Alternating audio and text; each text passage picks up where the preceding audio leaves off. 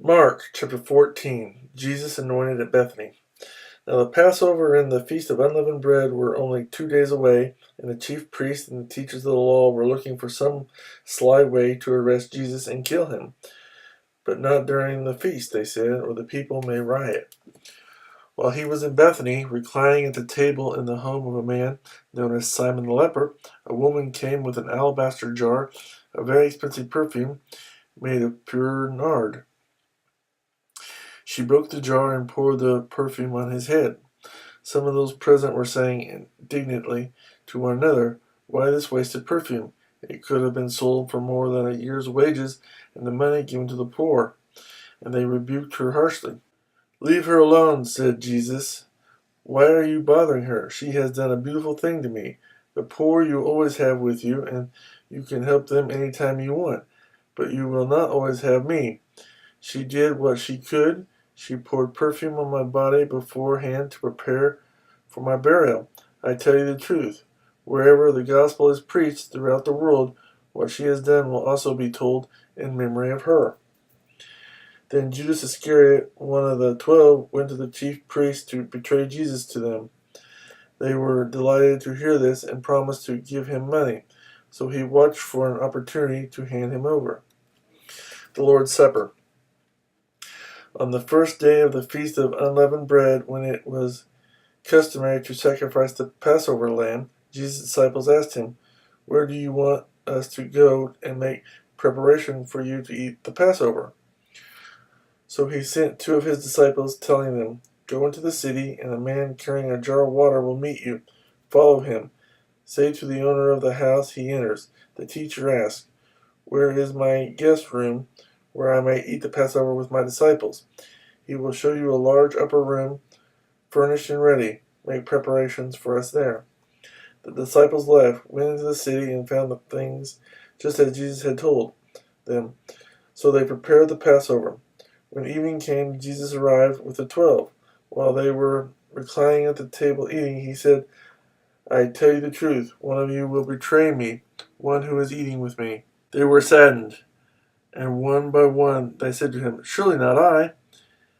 "It is one of the 12," he replied, "one who dips bread into the bowl with me.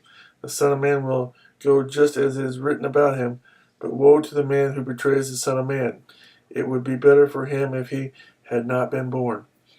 While they were eating, Jesus took bread, gave thanks, and broke it, and gave it to his disciples, saying, "Take it, this is my body." Then he took the cup, gave thanks, and offered it to them, and they all drank from it.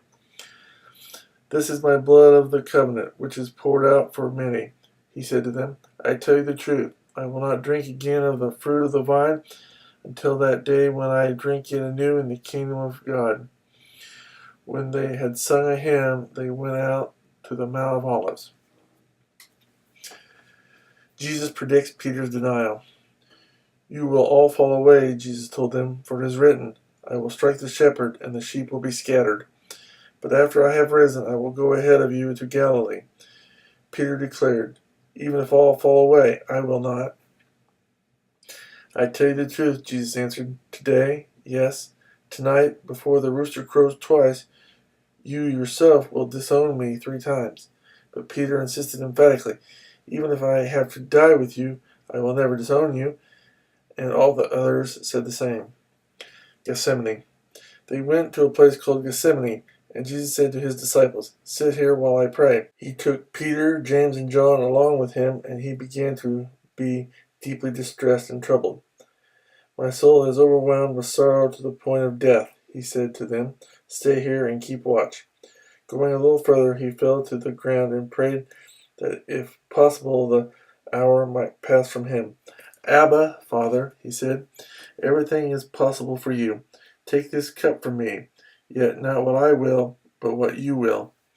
Then he returned to his disciples and found them sleeping. "Simon," he said to Peter, "are you asleep? Could you not keep watch for 1 hour? Watch and pray so that you will not fall into temptation. The spirit is willing, but the body is weak." Once more he went away and prayed the same thing. When he came back, he again found them sleeping, because their eyes were heavy. They did not know what to say to him. Returning the third time, he said to them, Are you still sleeping and resting? Enough. The hour has come. Look, the Son of Man is betrayed into the hands of sinners. Rise, let us go. Here comes my betrayer. Jesus arrested. Just as he was speaking, Judas, one of the 12, appeared. With him was a crowd armed with swords and clubs, sent from the chief priests, the teachers of the law, and the elders. Now the betrayer had arranged a signal with them. The one I kiss is the man. Arrest him and lead him away under guard. Going at once to Jesus, Judas said, Rabbi, and kissed him. The men seized Jesus and arrested him. Then one of those standing near drew his sword and struck the servant of the high priest, cutting off his ear. Am I leading a rebellion, said Jesus, that you have come out with swords and clubs to capture me? Every day I was with you, teaching in the temple courts, and you did not arrest me. But the scriptures must be fulfilled. Then everyone deserted him and fled. A young man wearing nothing but a linen garment was following Jesus. When they seized him, he fled naked, leaving his garment behind. Before the Sanhedrin, they took Jesus to the high priest, and all the chief priests, elders, and teachers of the law came together. Peter followed him at a distance, right into the courtyard of the high priest.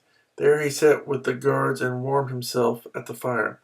The chief priest and the whole Sanhedrin were looking for evidence against Jesus so that they could put him to death, but they did not find any. Many testified falsely against him, but their statements did not agree. Then some stood up and gave this false testimony against him. We heard him say, I will destroy this man-made temple, and in 3 days will build another, not made by man. Yet even then their testimony did not agree.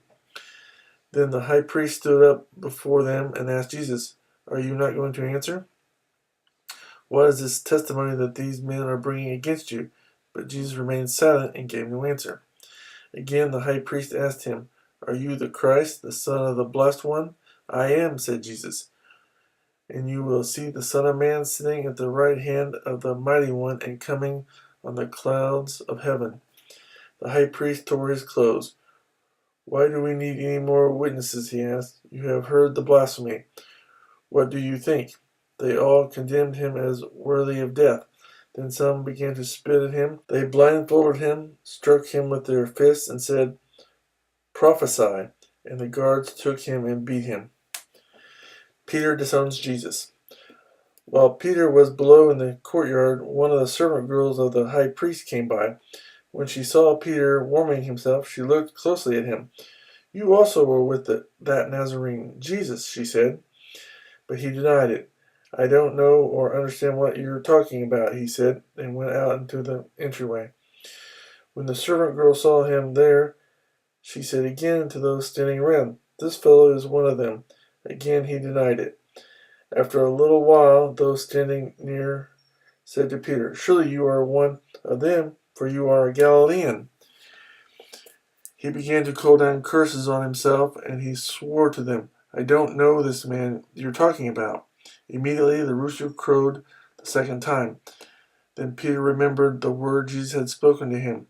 Before the rooster crows twice, you will disown me 3 times. And he broke down and wept.